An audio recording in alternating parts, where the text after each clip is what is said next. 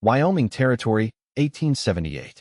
The vast prairie stretched endlessly beneath a ruthless summer sun, and Molly Peterson had long ago concluded that the frontier was no place for delicate things like hope or love.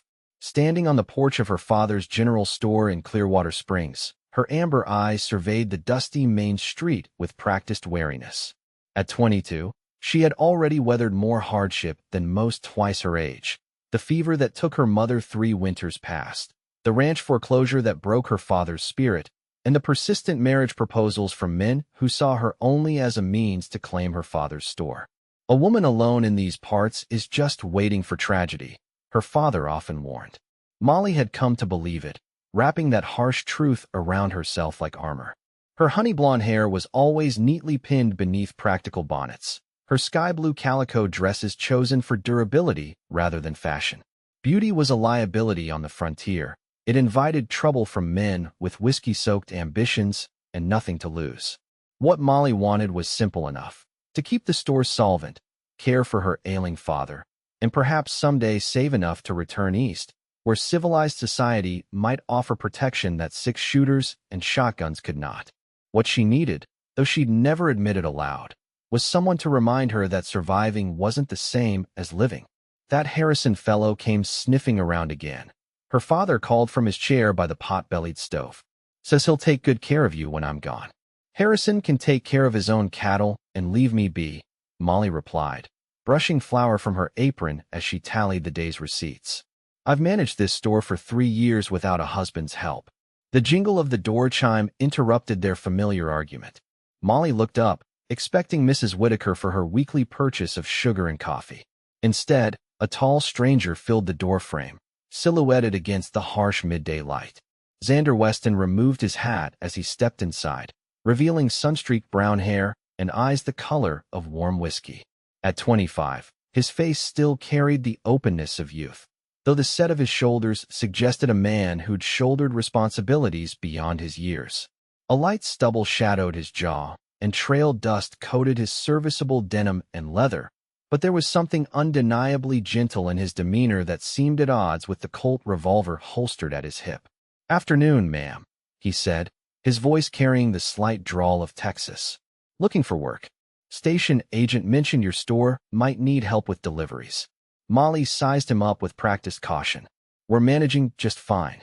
"Nonsense," her father interrupted, suddenly animated. "We've lost 3 shipments to bandits this month alone. Young man looks capable enough." "Pa," Molly began, but was interrupted by the sound of horses galloping down the street. "Everybody down," a voice shouted from outside. "Hastings gang coming through." In one fluid motion, Xander pulled Molly behind the counter as gunfire erupted outside. Windows shattered as bullets tore through the storefront. Molly's heart hammered against her ribs as the stranger shielded her with his body, one arm around her waist, the other reaching for his weapon. "Stay down," he whispered, his breath warm against her ear. "It'll pass." The raid lasted less than 5 minutes, but in those moments, pressed against the solid warmth of a stranger who'd risked himself to protect her, Molly felt something crack in the carefully constructed fortress of her independence. When the dust settled, Xander helped her to her feet with gentle hands. "You all right, miss?" "Peterson. Molly Peterson," she replied, suddenly aware of his proximity. "And yes, thank you." Their eyes met, and Molly felt a jolt of recognition, not of his face, but of something in his gaze that mirrored her own carefully hidden loneliness. "Xander Weston," he offered with a slight bow. "Seems like you might need that help after all." By the end of the week, Xander had proven himself invaluable.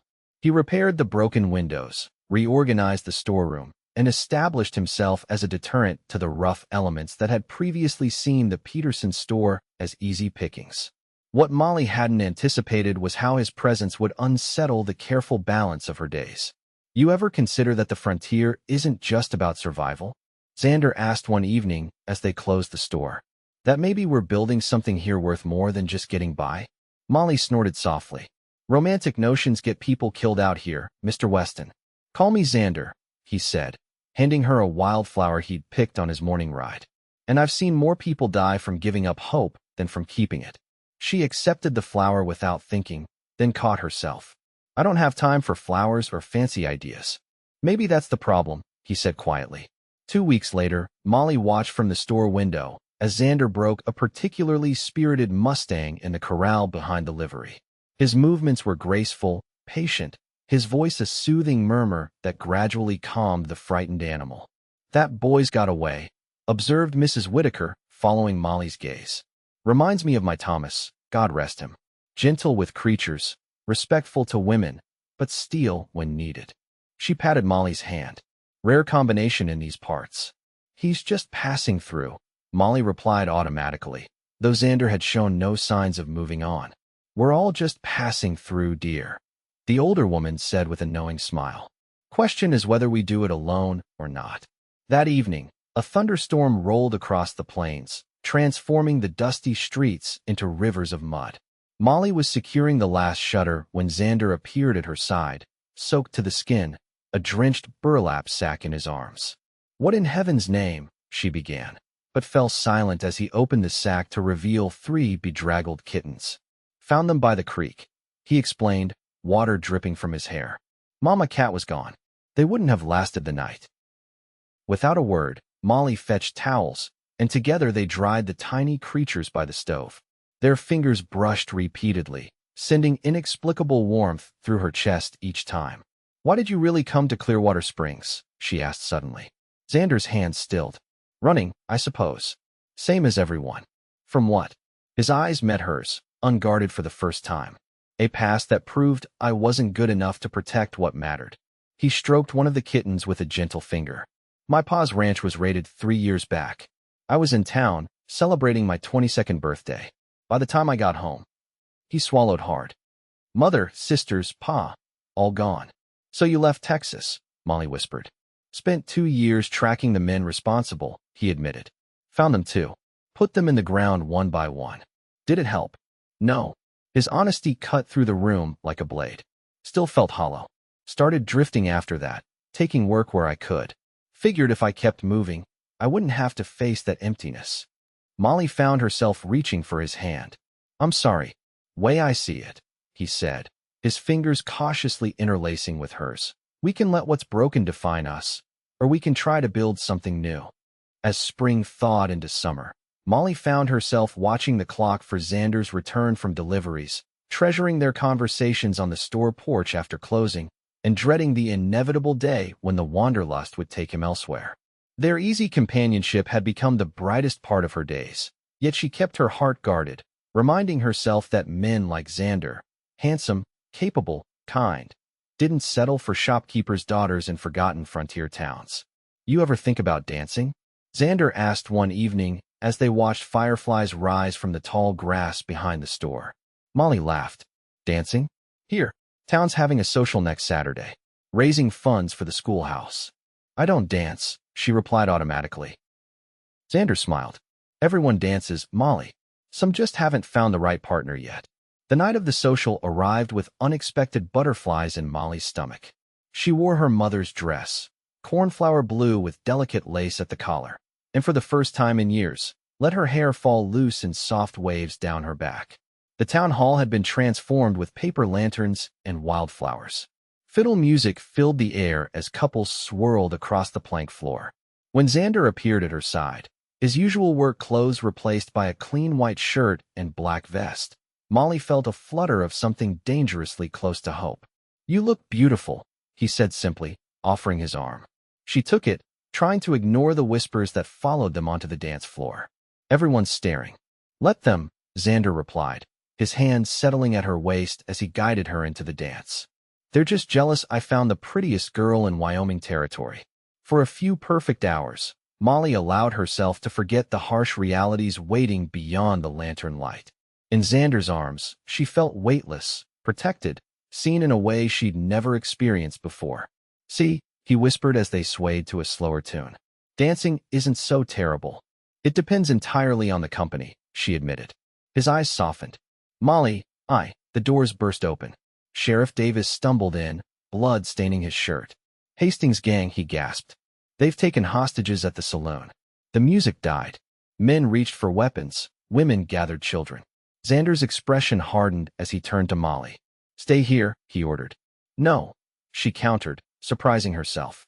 My father's playing cards at that saloon tonight. Outside, chaos reigned. Gunshots punctuated the night as the gang of outlaws held the saloon patrons at gunpoint. Through a window, Molly could see her father among the hostages, along with a dozen other townsmen. They're demanding the payroll from the bank, Sheriff Davis explained, pressing a bandage to his shoulder. And free passage out of town. Or they start shooting hostages, Xander finished grimly. A plan formed quickly. While the sheriff organized men at the front of the saloon, Xander and Molly would slip through the back to assess the situation. The darkness provided cover as they crept behind the building, entering through the kitchen where the Chinese cook had escaped earlier. 6 men, heavily armed, Xander whispered, peering through a crack in the door. Your father's near the bar. Looks unharmed. What do we do? Molly asked, clutching the small derringer she kept hidden in her boot. Create a distraction, he replied. When it happens, you get the hostages moving toward the back door. What about you? His hand cupped her cheek briefly. Don't worry about me. Before she could protest, he slipped away, leaving Molly alone with her fear and the sudden, overwhelming realization that she cared far more for Xander Weston than she'd allowed herself to admit. What happened next unfolded in a blur of motion and sound. A fire erupted near the bar, followed by gunfire from the sheriff's men at the front. Xander appeared in the main room, moving with lethal precision as he disarmed one outlaw and used him as a shield against another's bullets. Molly burst through the kitchen door, gesturing frantically for the hostages to follow her. Her father helped an elderly man to his feet as the room filled with smoke and confusion. Move, she shouted, ushering them towards safety. A shot rang out. Molly turned to see Xander stagger, blood blossoming across his shirt as the last outlaw advanced on him. Without hesitation, Molly raised her derringer and fired. The outlaw dropped. Later, as dawn broke over the town, Molly sat beside Xander's bed in the doctor's home. The bullet had torn through his shoulder but missed anything vital. His face was pale, but his breathing steady as he slept. Fool man, she whispered, brushing hair from his forehead. What were you thinking? That you're worth protecting, he murmured, eyes fluttering open. Worth living for. Molly's breath caught. You could have died. Everyone dies eventually, Molly, he said, his voice rough with pain. But not everyone lives first. His words haunted her in the days that followed. As Xander recovered, rumors began spreading through town. Whispers that he wasn't just a drifter but a former Texas Ranger, that the men he'd hunted weren't just his family's killers, but notorious outlaws with prices on their heads. You never mentioned being a ranger, Molly said when she brought him dinner one evening, his strength returning enough for him to sit on the doctor's porch. Left that life behind, he replied, watching the sunset paint the distant mountains gold. Or thought I had. Why? Justice and vengeance got too tangled up, he admitted. Couldn't tell which I was serving anymore. He met her gaze. Until I met you. Me? You reminded me there's more to protect than just the memory of what's lost. His words shifted something fundamental inside her, like ice breaking on a river in spring.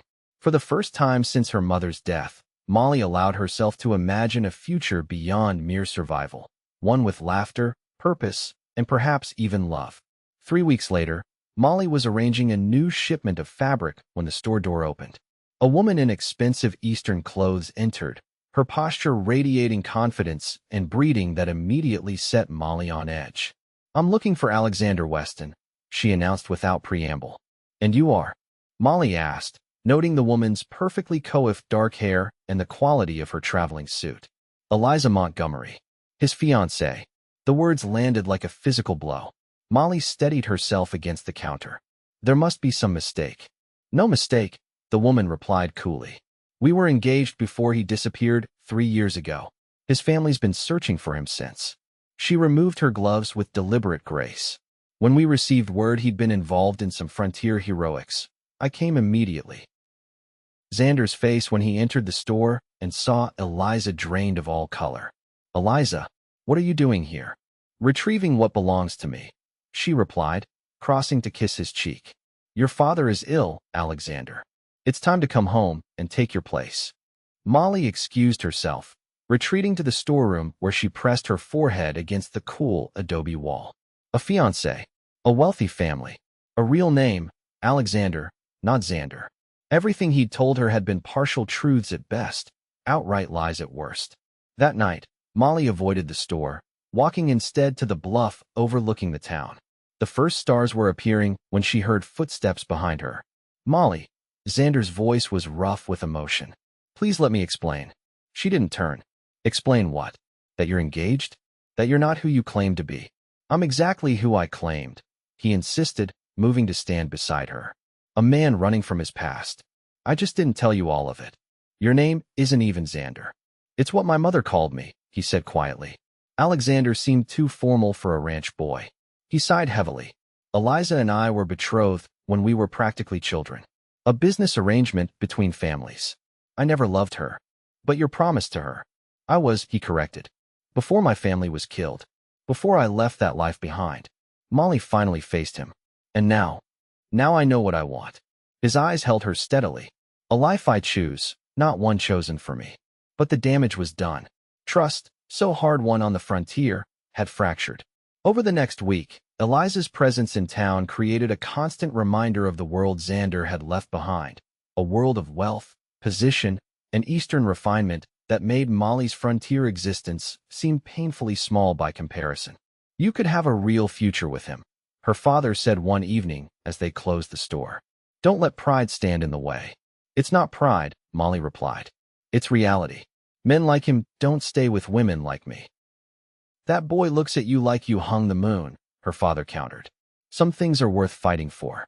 But before Molly could decide whether to fight or surrender, disaster struck. A fire broke out in the dry season, sweeping through town with terrifying speed. As buildings were evacuated, word spread that children were trapped in the schoolhouse at the edge of town. Molly ran toward the flames without hesitation, her heart pounding as she thought of Mrs. Miller's young students. The schoolhouse was already engulfed when she arrived, but she could hear cries from inside. "They're in the root cellar," Mrs. Miller sobbed, held back by neighbors. The doors blocked by debris. Molly wrapped her shawl around her face and plunged through the doorway. Heat seared her lungs as she navigated through falling timbers toward the cellar door. Smoke blinded her, but she could hear children crying below. The heavy beam across the cellar entrance was too much for her to move alone. As her strength began to fail and unconsciousness threatened, strong arms appeared beside her. Together, Xander shouted above the roar of flames. With their combined effort, the beam shifted. Xander wrenched the door open, and Molly counted 7 terrified children huddled below. One by one, they passed the children up through the burning building toward safety. As the last child emerged, the roof groaned ominously. Xander shoved Molly toward the exit. "Go. Not without you." The world exploded into flame and darkness. Molly woke in the doctor's house, her throat raw, her hands bandaged. Beside her bed sat not Xander, but Eliza, her perfect composure finally cracked. "Where is he?" Molly croaked. "Fighting for his life." Eliza replied, real fear in her eyes. "He went back in for you when the roof collapsed." Horror washed through Molly. "Is he alive?" "Barely." Eliza's voice softened. "He loves you, you know. I've never seen Alexander look at anyone the way he looks at you." "Why are you telling me this?" "Because I want what's best for him," she said simply. "And that isn't me, or Boston, or his father's shipping empire." She rose gracefully. "It's you, Miss Peterson. It's this frontier that he's chosen." For 3 days, Molly sat vigil beside Xander's bed as he battled fever and pain. His body was a map of fresh burns and old scars, each telling its own story of sacrifice and survival. She bathed his fevered skin, changed his bandages, and whispered promises she wasn't sure he could hear. "You can't leave now," she told him when they were alone. "Not when I've just figured out that I love you." On the 4th night, his fever broke. When he opened his eyes to find Molly asleep in the chair beside him, her hand still holding his, a peace he hadn't known since childhood washed over him. "Molly," he whispered. She woke instantly. "Xander?" "Thank God." "Alexander Xander Weston, at your service," he said with a weak smile. "No more secrets." "No more secrets," she agreed, tears tracking down her cheeks. As summer faded to autumn, the town rebuilt. Eliza returned east, carrying with her Xander's formal dissolution of their engagement and his resignation from his father's business. The frontier town buzzed with speculation about the handsome former ranger and the shopkeeper's daughter, whose romance had blossomed amid fire and gunfights. One clear October morning, Xander led Molly on horseback to a ridge overlooking a pristine valley where the river cut through golden grasslands. "What do you see?" he asked, dismounting to help her down. Molly surveyed the landscape. "Beautiful country. I see our future," he said, taking her hands in his. 10,000 acres, deed signed yesterday. Water rights, timber, good grazing land. His eyes were bright with purpose. "I'm done running, Molly. I want to build something lasting." "A ranch," she breathed. "A home," he corrected. "Our home, if you'll have me." From his pocket, he withdrew a simple gold band. "I'm not a perfect man. I've got blood on my hands and ghosts that still visit. But I love you with everything I am and everything I hope to be." Tears blurred Molly's vision. "I've spent so long believing the frontier was no place for love. And now I think perhaps it's the only place where love matters most." She extended her hand, allowing him to slip the ring onto her finger. "Yes, Xander Weston. Yes to all of it." Their wedding the following spring became the talk of the territory, not for its grandeur, but for the unlikely union it represented. The former Texas Ranger who'd found peace, the independent shopkeeper who'd found partnership, and the frontier community that had witnessed their transformation. As years passed, the Weston Ranch prospered. The small cabin Xander built with his own hands expanded to a proper home as their family grew. Molly's father lived out his days in comfort, watching his grandchildren learn to ride and tend cattle on land that stretched as far as the eye could see. On their 10th anniversary, Xander and Molly stood on their front porch, watching the sunset paint the mountains in shades of purple and gold. Their 3 children played in the yard, their laughter carrying on the evening breeze. "Did you ever imagine this?" Molly asked, leaning against her husband's solid warmth. "When you were that broken man who walked into my store." Xander's arm tightened around her. "No, I was just trying to outrun my ghosts." He kissed her temple gently. "You taught me to face them instead. And you showed me that surviving isn't enough," she replied. "That the frontier isn't just about endurance. It's about building something worth enduring for." As darkness fell, they joined their children inside their home, where lanterns glowed against the encroaching night and the promise of tomorrow awaited with the dawn. The frontier had not grown less dangerous or more forgiving, but they had discovered its greatest secret, that in finding each other, they had found the strength to face whatever challenges came their way. Long after they were gone, their story would be told around campfires and in frontier cabins. How a cowboy's gentle ways had melted a guarded heart, how love had transformed 2 wounded souls, and how together they had built a legacy that would endure for generations in the wild heart of Wyoming.